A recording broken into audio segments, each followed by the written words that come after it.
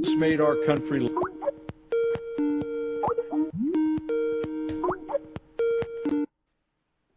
Gregor. This is Seattle. Hey, Seattle, this is Bozeman. Can you hear me? Over. We can hear you. Seattle's out of the cube and off the leash. Hey, tell me how this microphone is. It's my old school microphone. It sounds actually pretty good. It sounds Yeah. okay. Not as Yeah. good as the other one, but Really? it sounds good enough. Yeah. Let's do it. I'm hooked up with this computer, and It sounds good enough. I mean, it sounds. can you hear this? Can you wait? Can you hear this?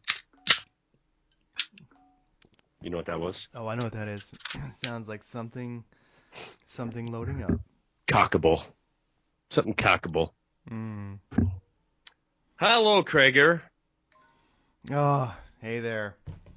So. I think you're introducing All right.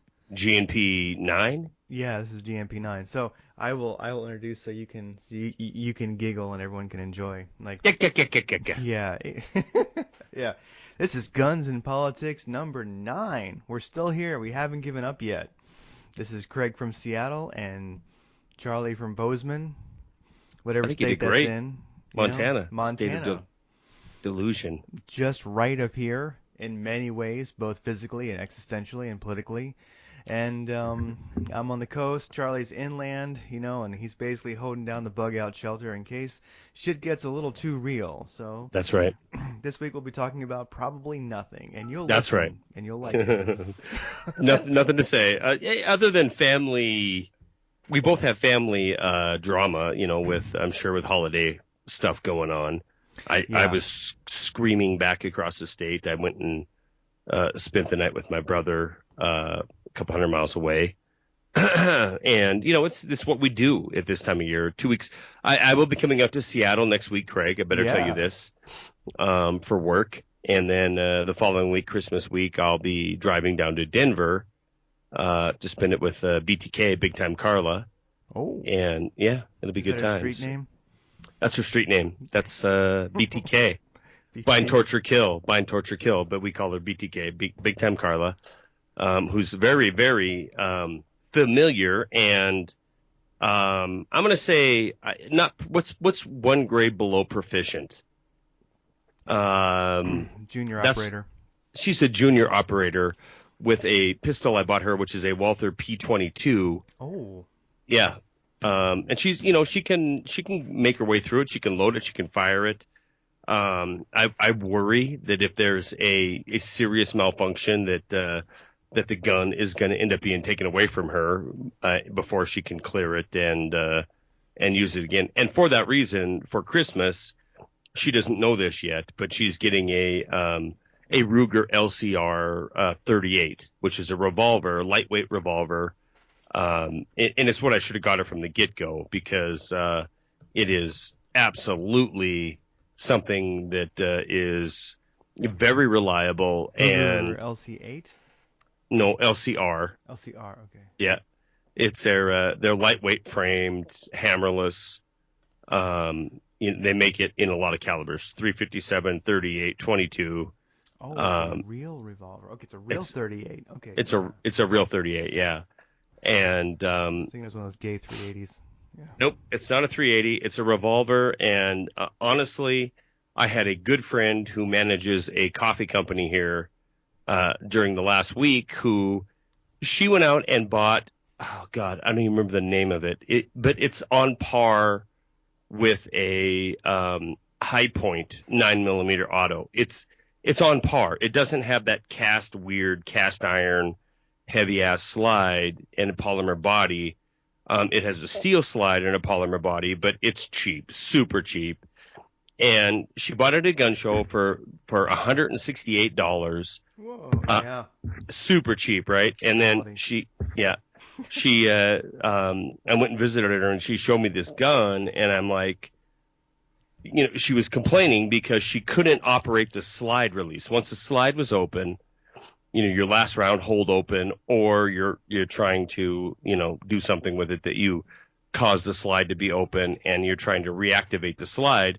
She did not have the thumb strength in order to operate that, the slide release. And I told her that, I'm in my hand right now, as I tell you this, I'm holding an MP Shield in 9 millimeter. It's unloaded, but I have the slide lock back. And it's, very difficult for me to, operate a 200-pound guy to operate the slide in it. I just did it. You heard a click there. But that's not uncommon. The problem is she doesn't know that if it holds open and she replaces the magazine, all she has to do is give it a little tug on the rear of the slide, and it's going to, chamber the round, and she'll be ready to go again. The functioning of the gun, I wish I remember the name. Maybe I'll text her real quick and see if she remembers. But the functioning of the gun was fine. The polymer was crap. I mean, the seams on it were not sanded down. They weren't flush, and it was a $168 gun, and I told her, I said, look, if you and I went out and we put 400 rounds through this gun, it would probably loosen up the slide. It would loosen up everything on it. So you could probably operate the thumb release. But more importantly, you would know what to do if this gun malfunctioned. And, she, like so many people, had no desire to go out and shoot 400 rounds through it. She wanted to she picked a pistol that was based on price, but something that she would put 10 or 20 rounds through, and then, put it next to the side of her bed and have it as a home defender. And honestly, my opinion on that, Craig, is you're better off with a frickin' machete laying next to the side of your bed. You really are. I do have one, actually. I'm sure you do. That's what I'd mention that. It probably has spikes and leather, I'm sure. But if you're listening and you own an automatic, some kind of auto-loading handgun, and you don't go to the effort of putting several hundred, maybe not 400, maybe 300 or 200, if you don't take the effort to go out and shoot that gun, put all kinds of different ammo through it, put all kinds of wear on the gun. Look, you put 300 rounds through your 9mm or whatever. I don't care if it's a high point. I don't care if it is the top of the line. What's the give me a top of the line pistol, like the 45s. Who are they? Springfield Armory. Springfield are all super sweet. Sure. God, what is it? Anything by Sig, pretty much. If it's okay, Sig, fucking A. Okay. The M&P stuff is really good. The HK is $1,000 handgun and 9mm. It's a fantastic gun, but it might as well be a paperweight. All those autoloaders might as well be a paperweight. They might as well be something you just try to throw at somebody if you don't go out and spend the time and shoot some rounds through the gun. 2, 3, 4, 5, 1,000 rounds through the gun. And if you don't know what to do, because all autoloaders, it doesn't matter if they're a high point, $100 piece of crap, or if they're an H&K, $1,000 9mm. Every single one of them, if you put 1,000 rounds, if you put 500 rounds through that gun, it's going to misfeed. It's going to you're going to have a failure to fire. You're going to have a failure to feed. You're going to have a failure to extract. You're going to have, something is going to happen with that gun that is critical that you know what to do when it happens. And if you're not willing to do that, then go buy a revolver. Go buy a 5-shot, subcompact, LCR, whatever, 38, 357, 22. Go buy that, because that is the only thing. Craig, I want your opinion on this. It's the only gun, the only type of gun that I know that you can go shoot 10 rounds through, figure out how to load the thing, figure out how to take out the spent brass or spent steel, whatever the case may be, take it out and then reload it, and then it's ready to go again. A revolver is for you if you're not willing to spend the money and the time on a semi-automatic autoloader. Then you are way better off to have less rounds but more reliability and simpler operation. Craig? Yes. Well, I think it comes down to, basic self-defense gun, it cannot be crappy. If you would not shoot it 1,000 times for fun, then it sucks. So, Yeah.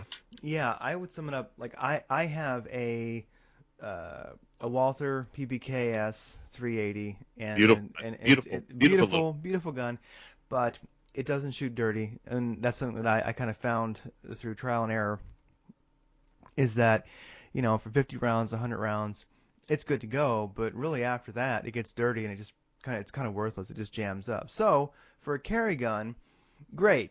You're only going to have one magazine in it, and then one extra maybe.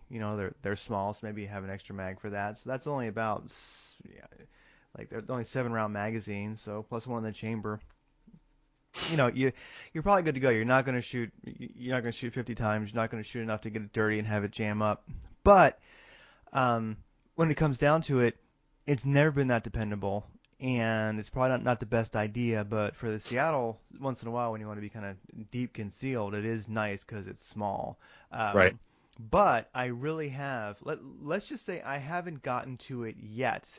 I think I'd rather have a either like just a Glock 19, which is smaller, easier to carry, or I'll just carry my full size Springfield Armory XDM 9. Right. That works. Big, a little hard to really deep conceal, but it you can kinda.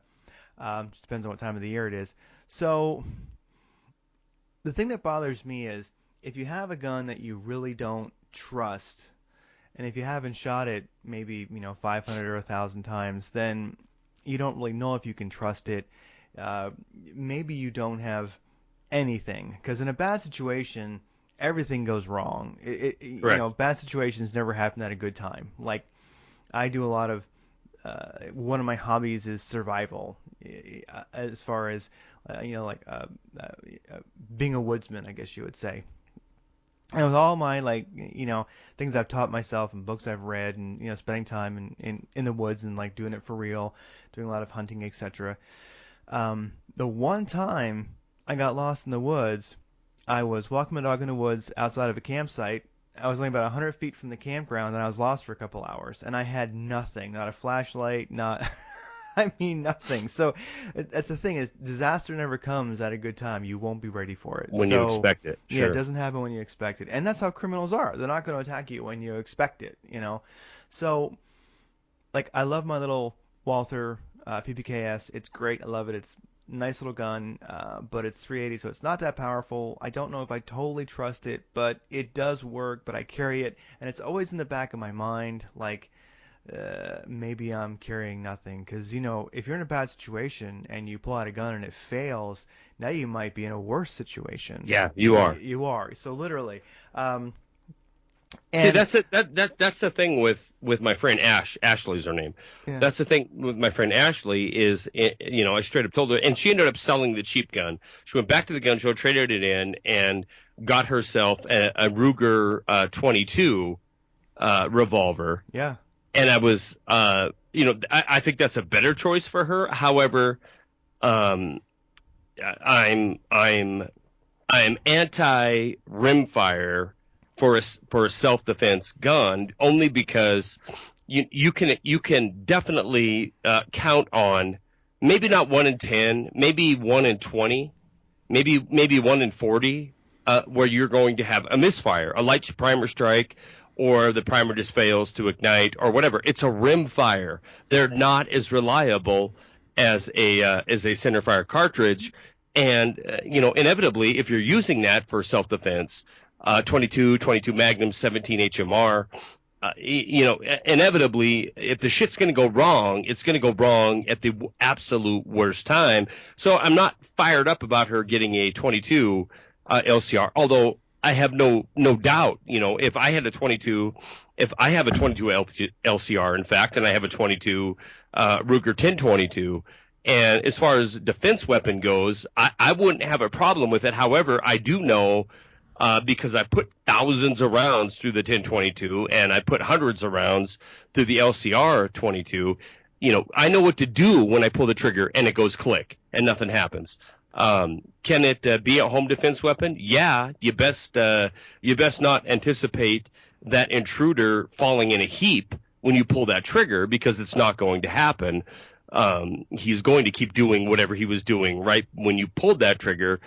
So, as long as you understand that, that maybe headshot's the best, or, you're pulling the trigger until you're out of ammunition, then it is, last ditch effort. Would I prefer it? No, absolutely not. I would take 9 millimeter, 40, 45, on up the line, 357, 44. Those are going to be far superior home defense guns. If I had my ultimate choice, it wouldn't be any of those. It would be either my AR-15, my AK-47, but next to my bed, as you well know, Craig, because we've talked about it on the air. But when I go to bed every night, within arm's reach, loaded, is a 870 Remington that has buckshot as well as slugs on the caddy. On the side of the gun. So that is my primary home defense weapon, because fully automatic MP5, M4, you name it, is not going to be effective as a 12 gauge shotgun with buckshot at 22 feet away, somebody breaking into your house. That is what I prefer. But my point in all of this is, she talked to somebody who knew somebody who said to her the best choice is this $160 9 millimeter. I think it had 14 or 15 round capacity, but at the end of the day, that isn't the best choice for most people, because Craig Simpson is going to go out and shoot hundreds of rounds through his crappy ass 380 Walther PPK, or through his Glock 17 or Glock 19. He's going to shoot enough rounds that if something goes sideways, which it always is going to, even if you run the best ammo ever, and even if you do everything right, even if you clean that gun, oil it, something is always going to go wrong. Craig knows what to do when that goes wrong, and it might cost him a half a second in a situation that is life and death. But somebody who shoots 10 rounds, something going wrong is equivalent to you're about to lose that weapon. You're going to lose it to whoever is assaulting you. And that is not acceptable. So what is better? What is better? 5 rounds of guaranteed pull the trigger, it's going to fire, which, if you take an LCR or some other subcompact revolver with a center fire round, you are 99.99% guaranteed that you pull the trigger and that round is going to fire. Are you better off with 5 rounds that are that kind of guarantee, or are you better off with 15 rounds that something might go wrong, and if you don't know what you're doing, you're going to die. You're going to lose the weapon, and you're going to die. So in my personal opinion, if you're going to buy an automatic and you're not going to invest the time to use it, then you're better off to have a baseball bat or a machete or something else that isn't going to fail by the side of your bed. Because if this shit hits the fan and somebody's kicking in your door, your first instinct is going to be to run. And that's the right instinct to have, run.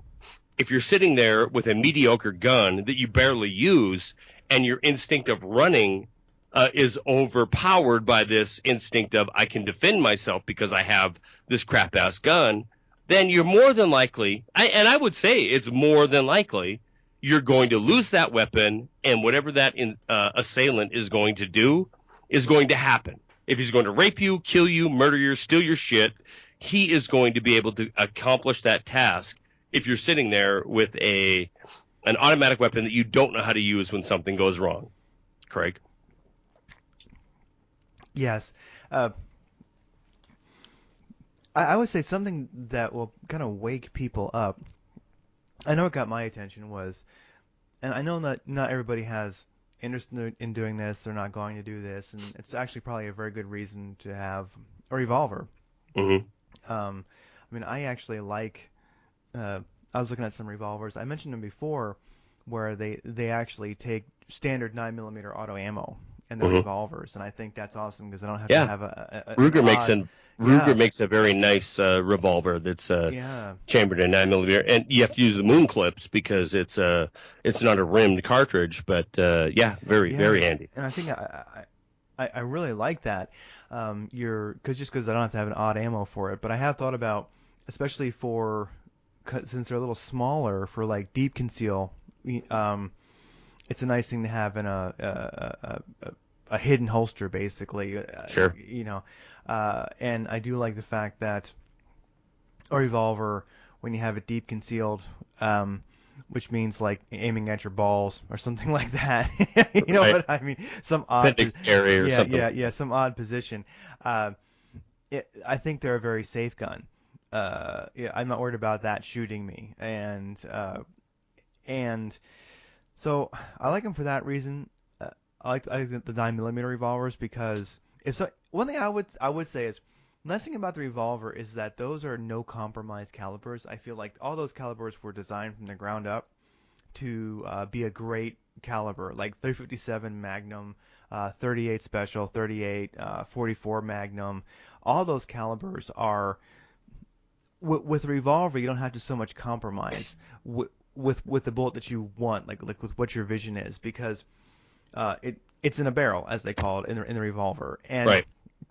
in a semi-auto, or not or fully auto, but like in a semi-auto handgun, like you're not going to get everything you want because it has to fit in the grip of the gun, and it has to Correct. cycle, and it has to function. And so, like, I think all the semi-auto calibers are not really perfect. They all had some compromise to make them work. Right. And so the revolver, like I would say, if anybody ever wants to go to the range or and try a fun caliber, shoot a 357 Magnum revolver. What an amazing caliber, and I think that it will really turn them on to revolvers. And a 38 or 38 Special or a 357 revolver. I do like the 357s because if you get that, then you can shoot the 38 Special, etc. out of it. You don't have to go with 357 if that's too much Right. for a person. But they are reliable. There's not much to know. You have limited ammo, but hopefully you won't need it all. And you can always get speed clips for reloading your revolver, Well, so a here's the person thing. could practice that. Here's the thing. Let's say you have a Beretta 92 FS or a Beretta, what is it, M9A1, like I have, and I have 15 rounds of 9mm ammo in it. So it doesn't matter if I'm shooting ball or if I'm shooting a defensive round with like a hollow point. I've got firepower, and I've got plenty of firepower for anybody, kicking into my front door on a home invasion type situation. And I'm not worried because it's a very reliable platform. However, if something, and like to what you're saying, the compromise on automatic ammunition is feeding. It's got to feed. If it doesn't feed properly, then you end up with a stovepipe, or you end up with a double feed. And you have to know what to do, and you have to know what to do within a split second. You can't look at the gun and think, what the hell happened? You have to know the procedure on what to do. Being it drop the mag, clear the chamber, both. You better know what you're doing, or you're going to die. So yes, I have 15 rounds, but the difference is I have 15 rounds also with experience on knowing what to do if something goes wrong, so I can re-engage that target within a half a second, within a second, if I pull the trigger and it goes click. I don't freak out. I'm not worried. I'm not, my muscle memory is going to, carry me through that situation. So I choose to have that for a home defense weapon because of the firepower of it. The likelihood is everything's going to run fine, and I'm going to end up victorious in any kind of engagement. However, if it doesn't, if I have a double feed, or if I have a failure to extract, or if something goes wrong with it, because I fired it so often, I know what to do. Now, take that away. Take that to your girlfriend or your friend who doesn't want to go to the range every weekend, who doesn't want to put 500 rounds through that automatic, who doesn't want to be trained on knowing what to do if you have a failure feed, failure to extract, double feed, stovepipe.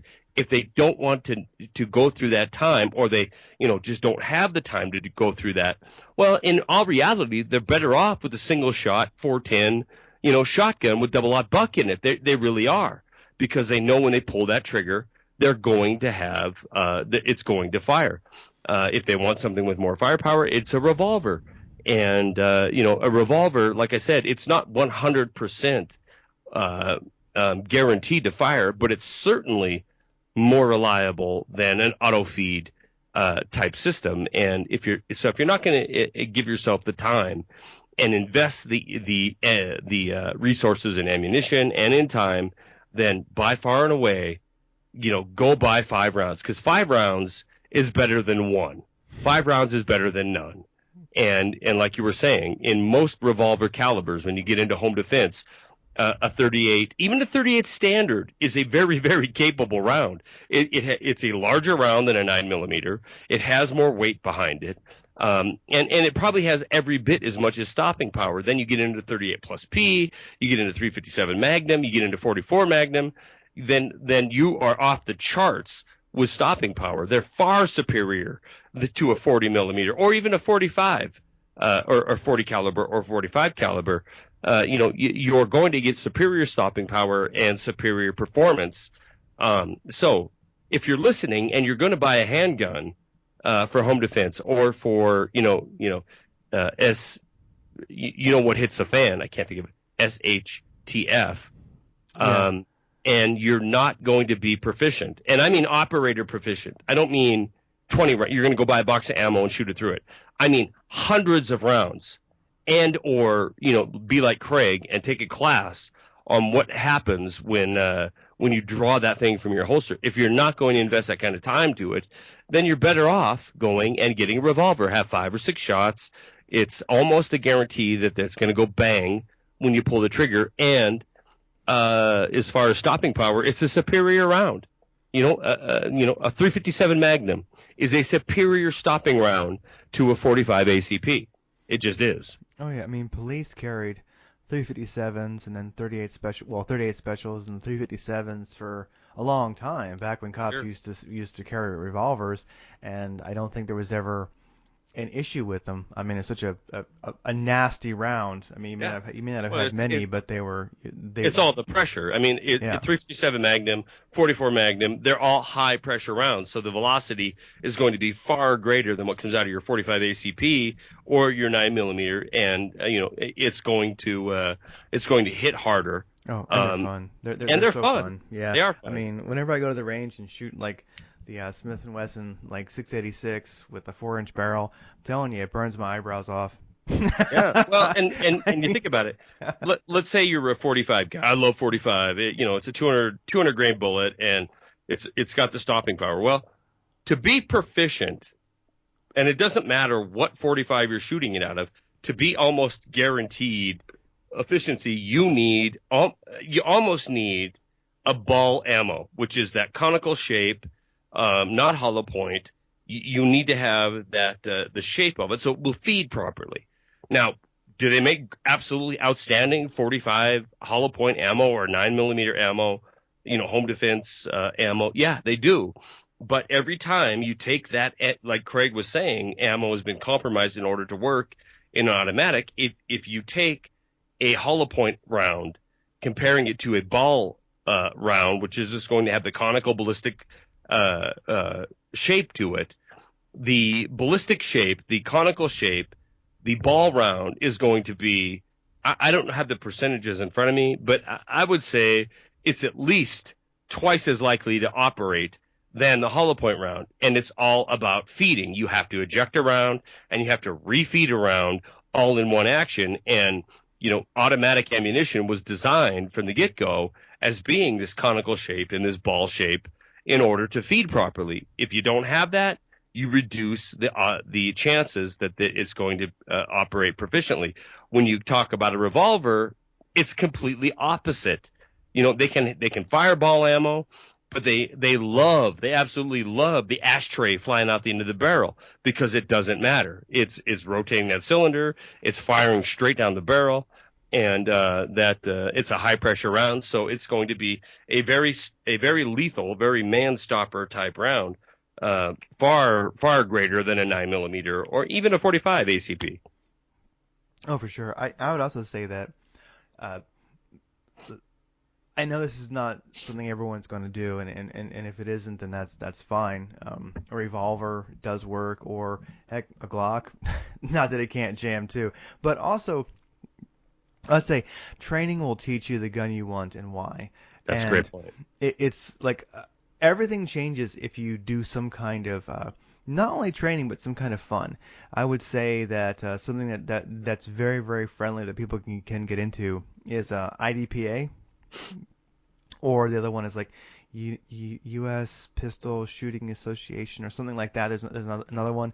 So and basically most they're all over the country, and you can get the basic training you need oftentimes there if you just go, and you need a holster and some extra magazines, and you basically just run little obstacle courses. They're not very athletic, and you shoot things. You shoot targets, and you shoot them for points basically. So IDPA is probably the most rule driven, easy one that there is. Then I think USPS. I'd have to put it in the notes, but the second one is a little bit more anything goes. But either way, if you go and do that, you will just like. And the thing is, most of those have uh, like the one that I go to here in Seattle, all kinds of skill levels are there. And it's really a friendly crowd, like most, gun enthusiasts are, really. It's a friendly crowd, and no one's going to make fun of you. There's people who walk through very, very slowly, and they're just basically trying to watch their muzzle control, not shoot themselves or the floor, the ceiling, or anyone else, and just get through, hit the targets, and then be done. And they don't really care about the time at all. And so there's some people who literally are like moving quickly and they're good and they have the experience, and there's people who are just trying to make it through the course correctly. So anybody can go at any skill level, even if you have never done it before. Hmm. So it's all about if people go and take like an intro to handguns course, that's great. If they can take like an intermediate course, which gives you which kind of teaches you to draw, and you go a little bit further, then if you have, even after that, you're going to know a lot more about what you want and why. And then if you do some IDPA or something like that, and you actually get in the field and like you're moving around, you're shooting, you're drawing, you're reholstering, it's a very safe environment, very fun, very supportive.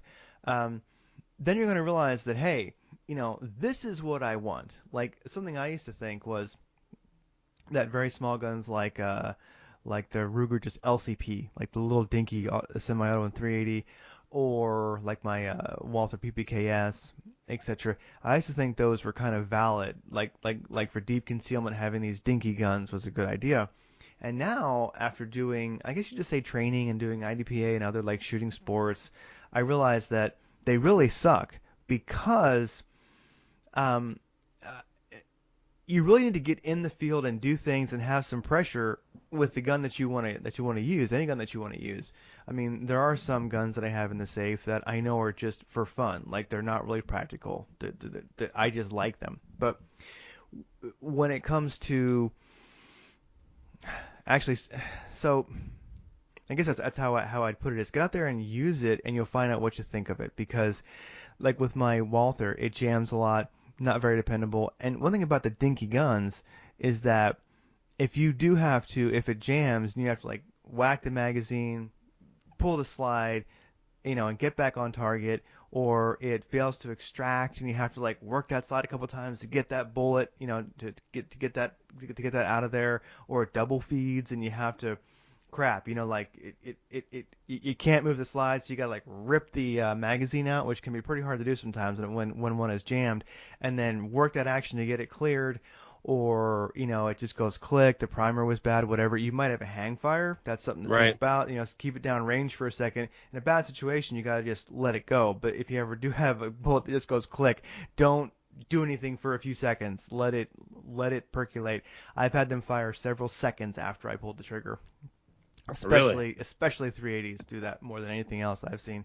Um, and so if you go click, nothing happens, and you want to pull that action and then get back on target after you smack the magazine into the grip. All of these things are like going to become second nature if you do some training, and then if you follow like just dry fire practice. Dry fire is not boring if you're doing things that are complex, that are interesting, if they're things that you can work on to get better at, that then when you go to the range, you actually see yourself getting better at. So dry fire, if you're dry firing, doing interesting drills is actually kind of fun. So the thing is, like with a full-size Glock or like my Springfield Armory or even a 1911, all those drills are really, really easy. Like once you've practiced them, especially if you want to stick with one gun, that would be the one that you carry. Then you get especially well good with that one, or one that you're competing with, you get especially good with that one. But if you have a dinky little gun like a deep concealment gun, I would just say try doing those drills with it, and you won't ever bother with it again because you realize I just can't do it. I just can't do it that quickly. I might shoot myself in the fingers, like anyway, or I really can't work the slide very well, or it's too small to hold in my hands if I have to if I have a round that fails to extract and I have to bang the slide back and forth a couple times to get a hold of it, etc. Right. Maybe when it jams, I can't get a hold of that magazine to pull it out if it double feeds. So I actually experienced a lot of that with an extremely jammy gun, my Walther PPKS.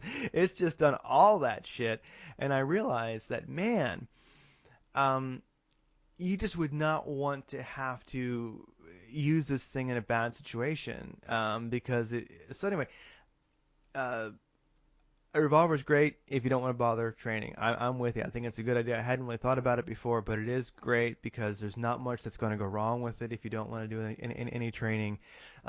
Most semi-autos do work. They're not going to have problems. I mean, all the good ones, the M&P, the Glock, Springfield Armory, SIG, all of them are pretty damn dependable. But Sure. it is true, when they jam up, sometimes they can jam up good and tight and really screw up on you. And if you're not ready for that, if you don't want to practice that a bit, then I would say, yeah, maybe going with revolver is not a bad idea. But at the same Well, time, I mean, if a person's not going to practice at all, I mean, a revolver is a better option. But like, hey, people, come on, I yeah, mean, get out yeah, there and no, have some fun. Yeah. no, I agree with you. What happens at the gun store is inevitably, they're selling you on capacity, and you have so many rounds of this, and let's face it, semi-autos, auto loaders look cool. Oh Revolvers yeah. don't. They look, like old West guns, but and I'm texting my friend here, and what she ended up buying was a Ruger SR-22. Great gun. But inevitably, for two things going for it. First of all, it's an auto loader, so there's going to be failure. Ruger is a fantastic brand. It's probably my favorite gun as far as manufacturer goes. I absolutely love what they make, but it has nothing to do with it. I mean, even if you buy the best Ruger handgun you could possibly buy, if you're buying it in a 22 long rifle, guess what? You're going to have failures. It's a rimfire cartridge, and it's just not as reliable. But even if you buy that same gun in a 9 millimeter, it's an auto loader. You're going to have failures. You need to know what to do when that happens. And like I said, it doesn't matter if it's a Kimber 45 or if it's a High Point. The failure is going to occur, and if you don't know what you're doing, then you're probably dead. That's the bottom line. Yeah, in a worse situation for Yeah, sure. in a worse situation, you're probably going to die if you don't know what's going on. And so my gut instinct is to tell people to, if you're not going to invest the kind of time and energy in it, go with a lower capacity, but go with something that doesn't have a safety that's going to freak you out. Somebody kicks in your door, you're not going to freak out forgetting where the safety is, so you can put it on fire. You're just going to point it, and you're going to pull the trigger, and it's going to fire 5 times or 6 times or maybe more. If it's a 22, in the case of a 22, it's going to fire. And if you freak out because it doesn't, you pull the trigger again, it's just going to go to the next cylinder and then probably fire. And so, my overwhelming vote is for a revolver if you're not going to spend the time and be proficient in knowing what to do when that thing doesn't work when you pull the trigger. Now, somebody like you, Craig, or me, I am a proponent of semi-autos or auto loaders only because I'm not afraid of what's going to happen. If I pull that trigger and it doesn't go click, or I mean, it just goes click and it doesn't fire, I'm not afraid of that. I know what to do. So I carry that weapon because of the capacity of it, and in a lot of cases because of accuracy of it, because I'm familiar with it and that's what I train with. However, like I said, I have this GnP shield here that only has 8 rounds with the extended mag, and I carry this. This is my carry. It's small, it's lightweight. I'm comfortable with the magazine. I'm comfortable with the way it fires. I'm comfortable with the round. I don't shoot ball ammo out of it. I shoot hollow point ammo out of it, defensive rounds. So I'm completely and totally confident that if something hit the fan and I had to reach for that weapon, I would be okay if I pulled the trigger and nothing happened. I would be okay if it was unsafe because I know that the first thing I do when I draw that weapon is take it to fire, and I have 8 reliable rounds that are going to fire out of there. If I don't, then, if I pull the trigger, nothing happens, or I fire one and then the second one doesn't fire, I know what to do. If that isn't the case, then I would, like I said, over and over again, I'd much rather have 5 rounds that I know was going to fire than I would have 8 or 16 where I'd get, a quarter of the way into it and then have to deal with a malfunction. Is it the MNP Shield 9mm? It is, yeah. Yeah. It has 7 rounds with the standard magazine. It came with one of them, and it also came with the one extended mag that has 8 rounds. And I ended up buying 4 rounds, or excuse me, 4 magazines that are all extended because it only adds about 3/4 of an inch to the length of the overall handle, which actually fits better for me because I have a bigger hand. And I put probably at this point, I don't know, 400 or 500 rounds through the gun. And, I've had stovepipes. I've had misfeeds. I've had pull the trigger and nothing happens, a light primer strike. All that crap that this is not a cheap gun. I mean, it's a $400 concealed carry subcompact, and it's a great gun, but the great gun doesn't make crappy ammo work. The great gun doesn't guarantee that even good ammo is going to work. I need to know what to do if I pull the trigger and nothing happens. So, yeah. No, it's a good thing. I would say that to really to learn something, I mean, the best way to do it is to do something. Yeah, I would say a person who even goes to the range, nice indoor range or a nice outdoor range, you can be comfortable. You don't have to go and hike into public land. You don't have to do that. You can if you want.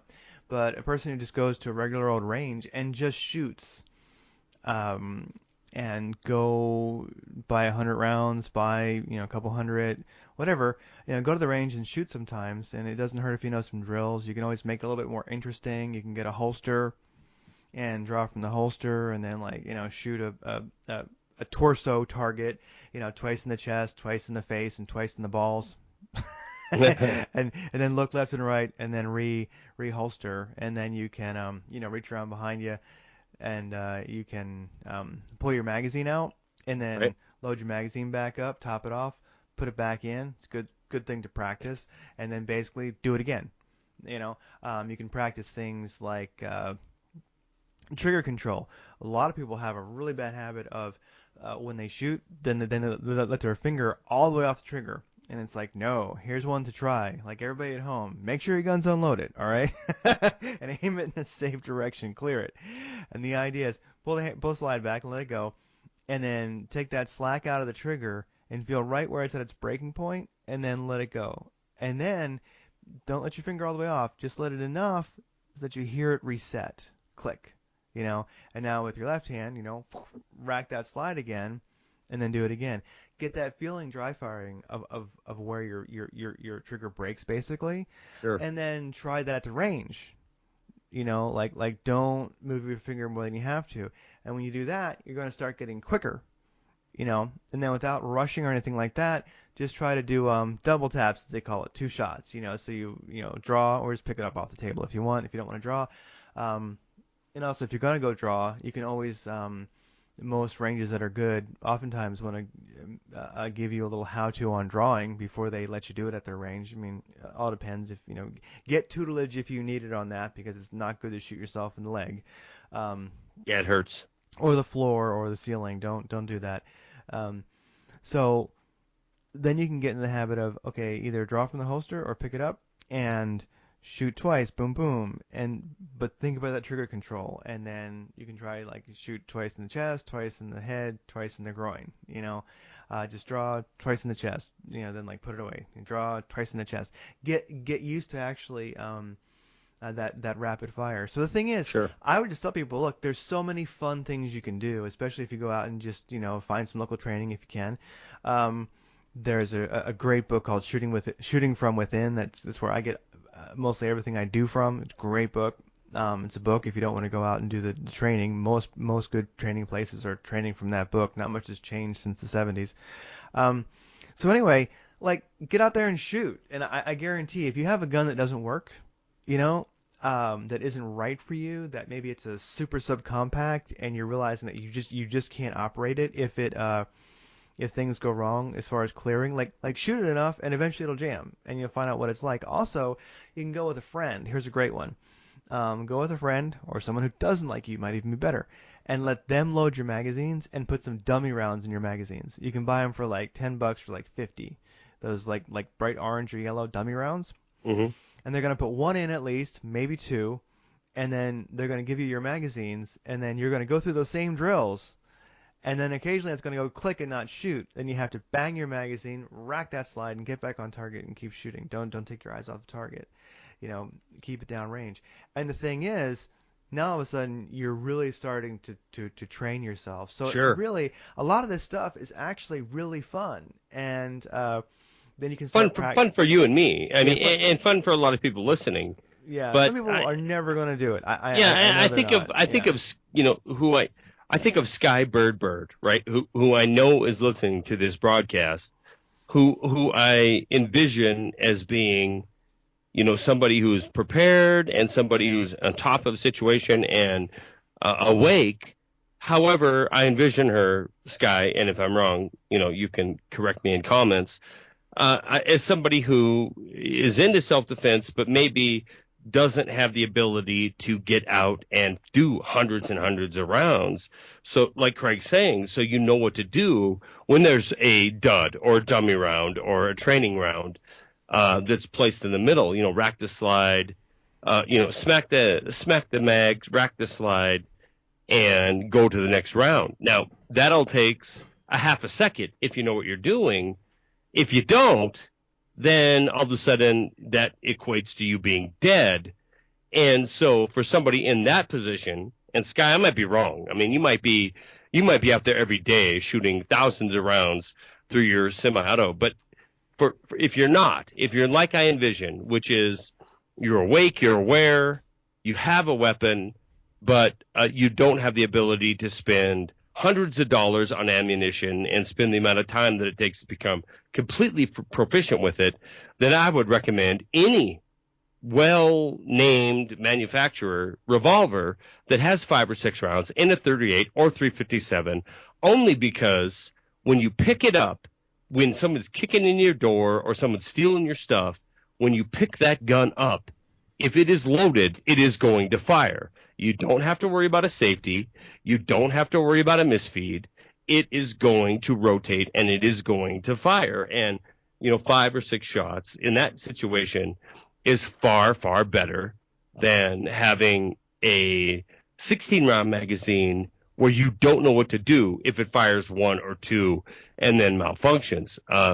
If you're in the if you have the ability to be like Craig and you buy 200, 300, 400 rounds of crap-ass Wolf ammo, steel case, and you can go out and you could spend the time or take the courses to know what to do when it misfires, and it's going to. That's the thing. It is going to misfire. You're going to have a problem. There is no semi-auto loading gun made today, regardless of what you pay for it, that is going to be 100% reliable and or as reliable as a 6-shot revolver. if somebody tells you different, they're wrong. It just doesn't happen. And it has been my personal experience, regardless if it's an M4 that is fully or select fire, I'm going to have malfunctions with it. If it is my M9A1, I'm going to have malfunctions with it. It's going to happen. Now, in both instances, I'm not afraid of that. I know what to do. But if I shot 10 rounds a year out of either one of them, then yeah, I could see it becoming a terrifying situation if someone's kicking in my door. Oh, for sure. You know, Yeah. and if that's the So, case, then truly, I mean, truly, Craig, you're better off with a single shot 12 gauge that you know is going to fire. Point it at oh yeah. someone, pull the trigger, it's going to fire, it's going to kill them. They're going to stop. If you can never get out, you can never get out the door. Then you got to think about what is fail safe, what is going to work if I pull that trigger. Oh yeah. And I often think about like I a good one actually is if you go hunting, and a person certainly doesn't have to. But I know one thing I've often thought about when I go hunting is I always carry a sidearm. I always have my pistol with me. hmm Maybe even if it's just for fun, I have it. hmm And I think about, what if, so it's funny, sometimes a person can't quite connect to a home invasion because if it hasn't happened to you, then it just hasn't happened, and it can be hard to grasp it. I mean, by the numbers, it happens a lot, and it does happen in some areas more than others, and but yet it happens everywhere. And so to me, it's really hard to connect to, home invasion happening because it just seems so extraordinary. You know what I mean? But one thing that got me thinking, more than a home invasion was in hunting. Uh, it it is amazing how quickly a bear can get on you. And black bears don't tend to do it, but grizzlies do. And now in Washington, we're starting to get grizzly bears, which is, I guess, a good thing. But you have to think I didn't about, know that. yeah, up in some areas, yeah.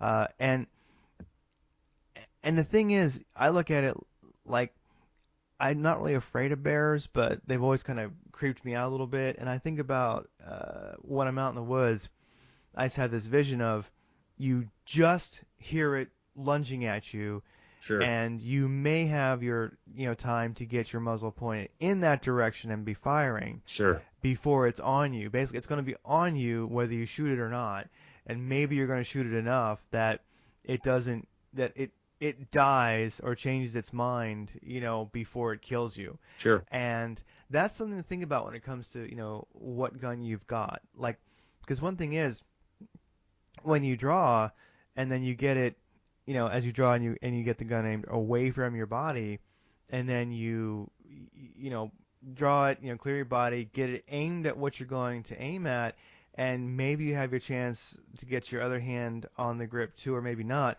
But once that muzzle is up in that direction, you can, if you practice your trigger pull, you can just start firing as you're swinging the gun towards that target. Um, and it's things like that little bit of training that you try dry firing, that you practice. Like, I'm going to draw, I'm going to get it on target, I'm already on the trigger, and I'm pulling that trigger as I'm getting it on target because I don't care if I shoot in that direction. There's something I want to kill over there. So maybe I shoot the ground first, and the second one gets him in the knee, then the next one gets him in the neck, whatever. As I get my muzzle in that direction, once it clears my body, I'm going to start pulling down on that trigger, and boom, I'm going to be firing. And so Yeah, and that's the thing is, if a person's practiced that, that might be the difference between getting, ripped in half by a bear, um, or not, or if sure. somebody all of a sudden is on you and they're gonna be touching you physically, even if you shoot them in the face before they get to you and they land on you dead. You know what I mean? Yeah, You're gonna make contact, and it's thinking like that. So when it comes to a gun a person is going to carry or a gun a person is going to have for home, there is a lot to think about, and I think you can always just kind of take a deep breath and go, I'm going to think about some things that are very disturbing that are not really part of my world usually.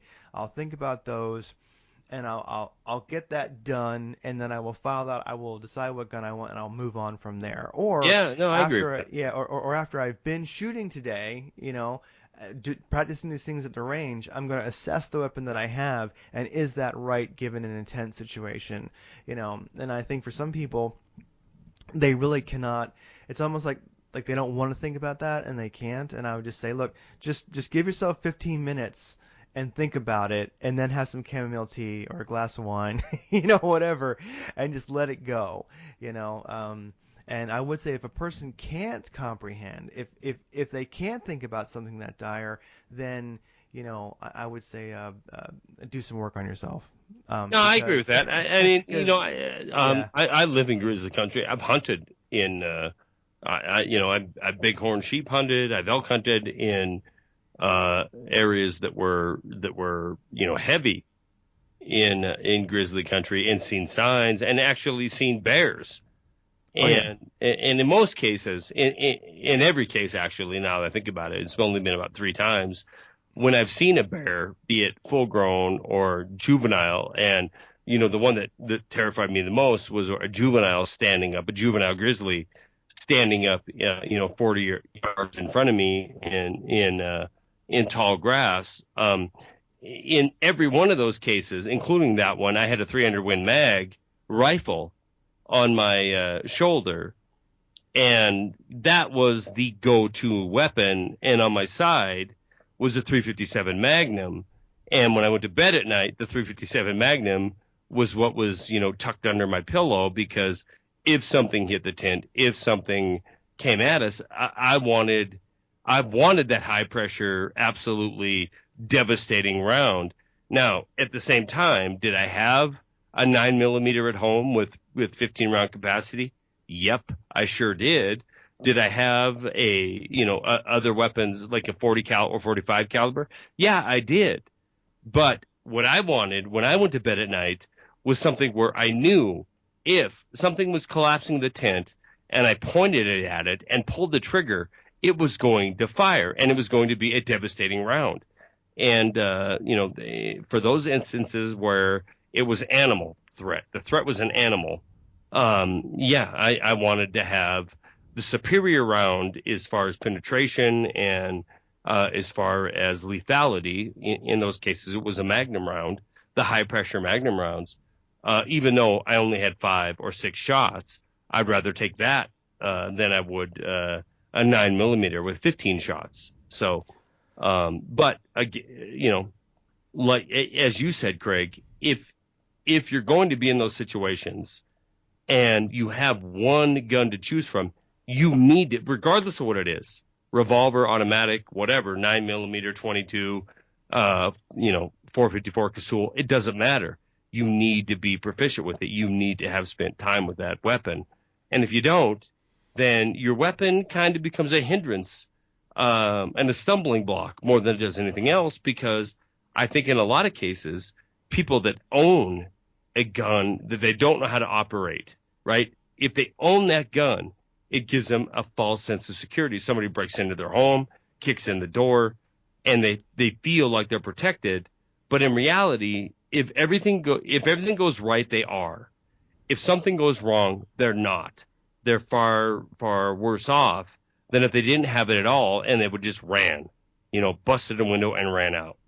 Yeah, or just got, better doors Yeah, and stuff like that, so somebody yeah, couldn't get exactly. in, like better windows. Yeah.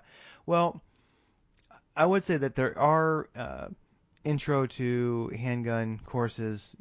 Most good shooting ranges have them, or I'm sure most people in most states and most areas can find them. I mean, I'm in Washington, so I'm closer to Seattle than any other city, and we have crap tons of them.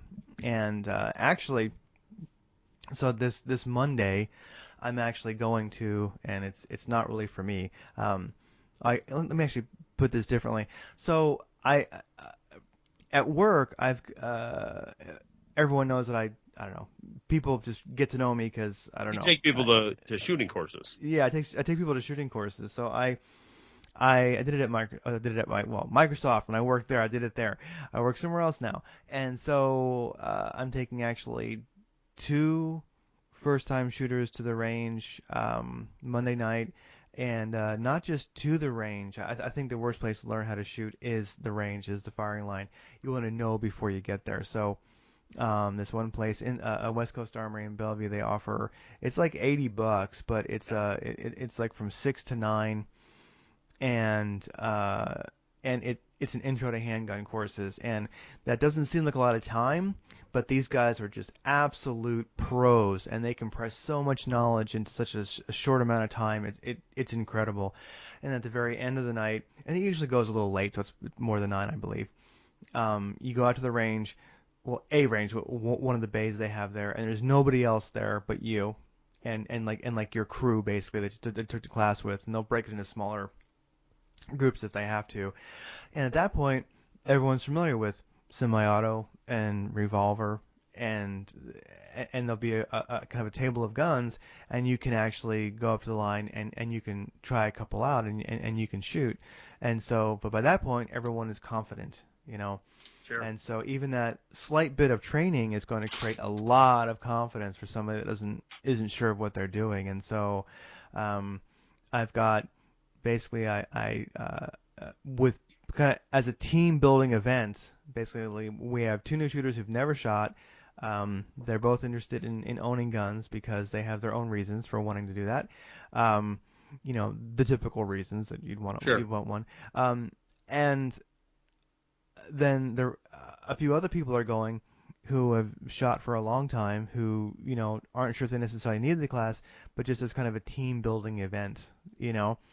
And actually we ended up filling the class, and not everybody who wanted to go could go.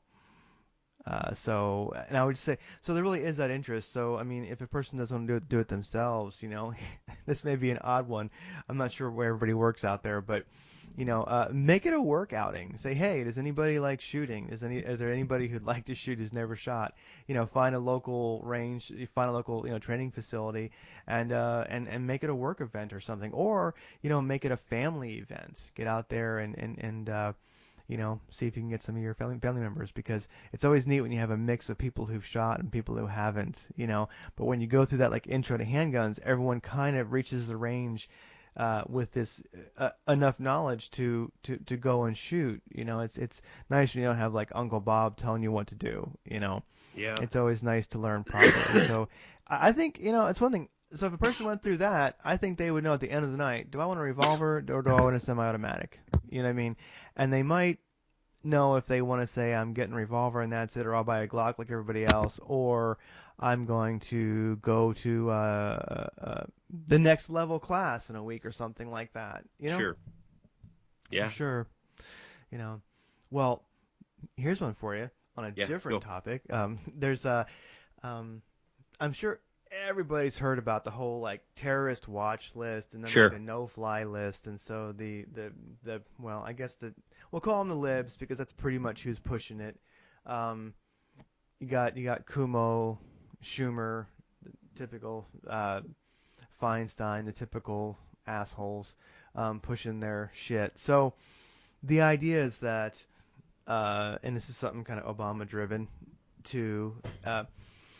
So they want to say, I guess, basically attached to NICS, the current background check. They want to attach that. Well, they want to attach the not only the, from what I understand, and I've heard varying stories, but the no-fly list, and of course the terrorist watch list, and I guess pretty much any other list that they would like to. And the problem is, I mean, there's like 1 million people on a terrorist watch list. I think a lot of them don't know why, but they're on there. Yeah, I've heard between like 47 and 70,000 people are on the no-fly list. And the thing is, and it's already been found to be, especially the no-fly list, kind of a joke. I mean, there's Boy Scouts that are on it. There's active military members that are like, what? There's people in Congress. There's people in, you know, I mean, so, and I'm not saying every government organization is not efficient, because some are efficient. I know that they are. But when you look at, if you are whoever is in charge of making these lists, if you don't keep finding people, well, then you're not really needed, are you? Relevant, no. Yeah, so they're going to keep finding people. And also, I look at it, I mean, if a person wants to be a Pollyanna and they want to be kind of silly, that's fine. I totally honor that, and they can do that. But I would say that it's pretty obvious with today's political climate that these lists, the no-fly list, especially. I'm not as familiar with the terrorist watch list, but just by the numbers on those, the terrorist watch list being like 1 million plus, and the no-fly being 47 to 70,000. I've heard different numbers. I mean, I think that's too many people. It kind of makes it a joke to me in the first place. Yeah, irrelevant. And yeah, and you're saying like there's that many. So and the idea is you can be on either list, even just sticking to like the no-fly list, you can be on the no-fly list for suspicion. They ran Right. so with the mass data gathering that we're doing, you matched an algorithm, and they just suspect that you might, like Sure. you go to like Charlie McGrath's YouTube, and well, everybody who goes there, uh, Or even how about me, who several months ago went through security and I happened to have a box of AK-47. It was 5.45 by 39. mhm. It was a 30 round box, and it just so happened to be in my bag because I was out shooting the day before. And anything over 12 rounds, according to the TSA, you have to be fined for. And they sent me a notice saying you're going to be fined $250 for this incursion. And I'm like, fuck you. Sorry for the language. I'm like, I'm not paying shit. You're not law enforcement. You have no control over me in this state or in this union. I'm not paying it. So, who's to say I don't end up on a no-fly list? I haven't as of yet, but who's to say I don't? That you could very well end up on a list because you refuse to comply. So, yeah, no, I get what you're saying. And when you hear the numbers of people on those lists, it just makes you sort of wonder, like, well, what the crap, like what are they doing? So you're just there's suspicion, Sure.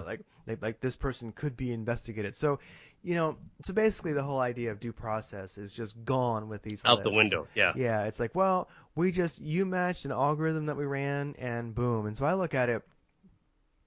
I mean, not to be too much of a doomsayer, but when I see this whole thing evolving, and I look at it, and it's very clear that there are some in the government, in Congress, and especially basically the president, who would, and many at the state level. I don't think as many at the state level, but some A lot. who would happily forcefully disarm the country, and they realize that head on they cannot do it, so they do things like this. And so you've got this being pushed at the national level, and I look at it as if that became law, then I mean anything goes at that point. I would say, and it would not surprise me. Basically, let's say you've ever had a NICS check, right? You've ever bought a gun. You're Or on the or your watch credit list. level is below 600 or whatever. Yeah, yeah, all these things. It's like that list could go crazy Sure. so quickly. It's like, and you know what? You pissed somebody off. They don't need to tell you why you're on the list. Yeah, you don't People need to know assume. why. It just happens. Yeah, so it's like they go, well, how about anyone who's ever uploaded to YouTube, not liked one or watched one, but anybody who's uploaded to YouTube, and with our algorithms we can see this, that in that YouTube there was a gun. Right. Boom, on the watch list, because we don't know what the hell's going on, Sure. you know? And all of a sudden you're like, so I look at it, and maybe I get kind of Orwellian about it, but I'm like, that list could skyrocket, and It that could list be could be so anything. It targeted. could be it could be absolutely anything, and that's why you're right. I mean, your Second Amendment is above all of that. Yeah. And if the DHS or the TSA or any department thereof decides that you need to be selected and questioned because of your personal choices, understand that your Second Amendment trumps that.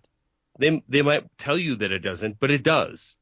Or And it trumps their validity to exist. sure, yeah, Yeah. exactly. And I don't know. I mean, if it gets to that point, which it may, I mean, absolutely may, and a lot of people would argue that it's here now.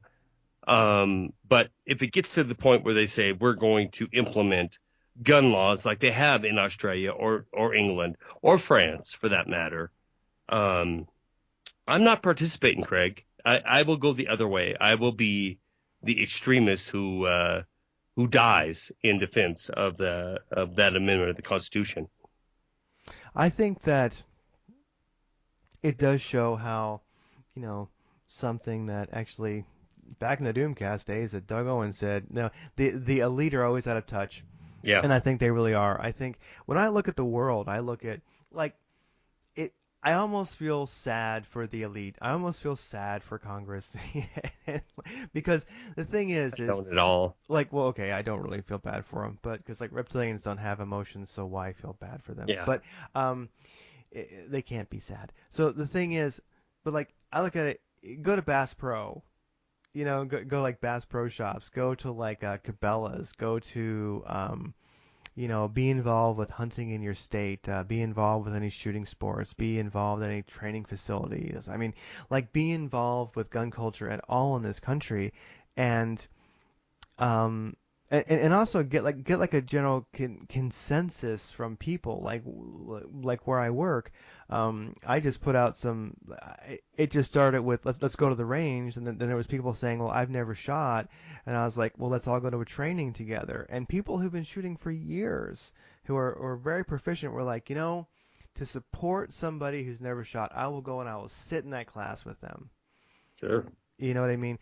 I would say that the culture is very peer-to-peer in its communication, sure. and it's really good people for the most part, and it's like they're like, oh, we need to ban guns, and like they're actually, so it used to be like we have to stop the gun show loophole, which even after it's closed in a state or whatever, they never shut up. It never stops. It never stops existing. Like here in Washington, they were like, oh, this 594 legislation, it stops the gun show loophole. And then, but even after 594 passes, and well, what they're referring to as the gun show loophole is private sales. So now that private sales are illegal, they're still trying to close the gun show loophole. Yeah, It's like, assholes, you closed it supposedly, right. but it's not closed enough. Oh, okay. So, um, it's just odd. So now it's gone from the gun show loophole at the national level, which they couldn't get universal background checks to pass, to close that loophole, as they put it, which is silly because a law-abiding citizen, a non-felon, can sell to a non-felon. That's legal, Right, but right, right. they don't want that to be legal. Well, So it's why I've said for a long time that people who freak out about the destruction of the Constitution, look, the Second Amendment, to the extent of the other amendments that have been violated, First Amendment on down, the Second Amendment is the most intact amendment.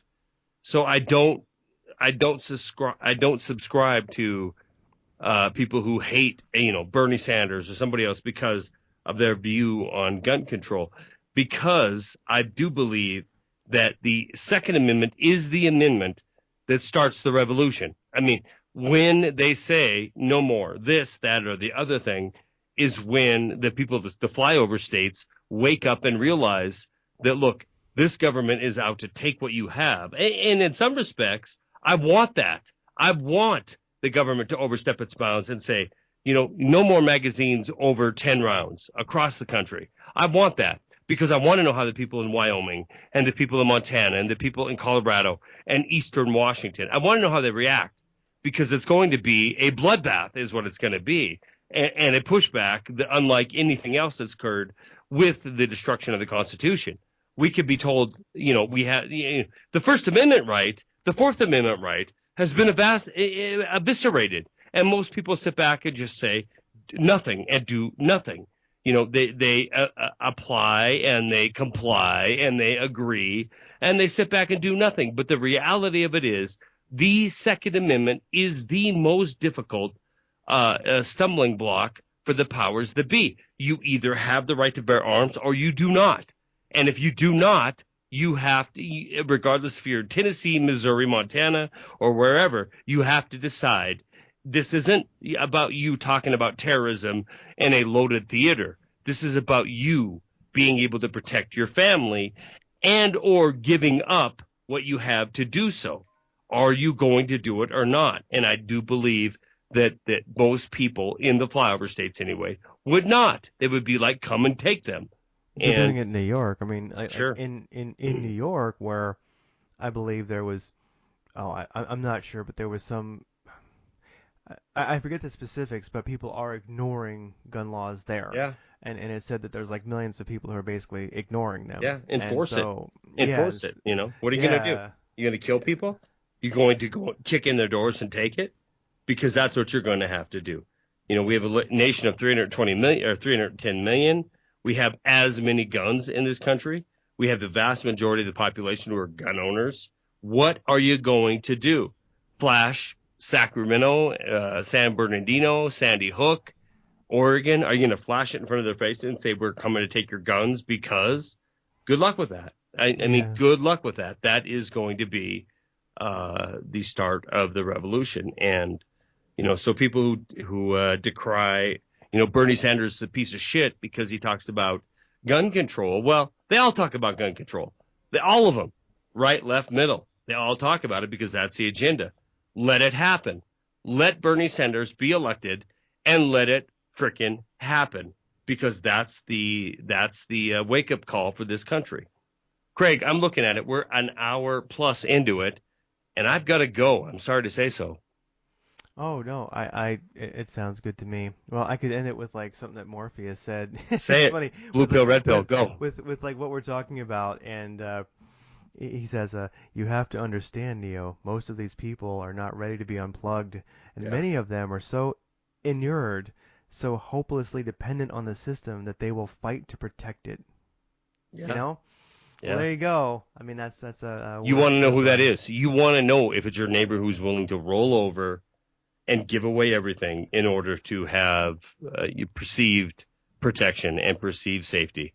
Well, once you 100%. Like, well, once a person realizes, and this can be like very difficult. It can be like waking up from the matrix and losing it. Is once you realize that, I call it the empire. I didn't coin that term, somebody else did, but the empire. And then like there's only one empire, and the U.S. government is a division of that empire. And once you realize the empire is not your friend, and that its job is to strangle humanity, and humanity's job is to fight back. And you realize that that's your relationship to the government, basically. And it always has been, and as far as I know, it always will be. And once you realize that adversarial relationship, and you realize that nothing they ever say, do, no thought, word, or deed is ever in your best interest, and never has been, and you listen to what Neo said, what Morpheus said there, and it's very, very true. That changes things. And yeah, you do want to know who isn't unplugged. Yeah. No doubt. Exactly. Because any one of them could be an agent. Great thought, Craig Simpson. This has been Guns and Politics, GnP number 9. Number 9. We'll be back midweek. Definitely before I go to Seattle, we'll be back midweek with number 10. Thank you, everybody, for supporting us, hanging out, listening, tweeting this, resending it, up there, or subscribing to us, and giving us an up thumb mention. We greatly appreciate it. Keep it going.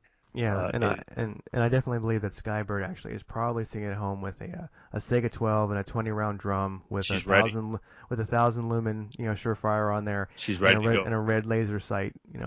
No fear of malfunction in her eyes. No. All right, bro. Take care. I'll talk to you in midweek. Bye. Bye.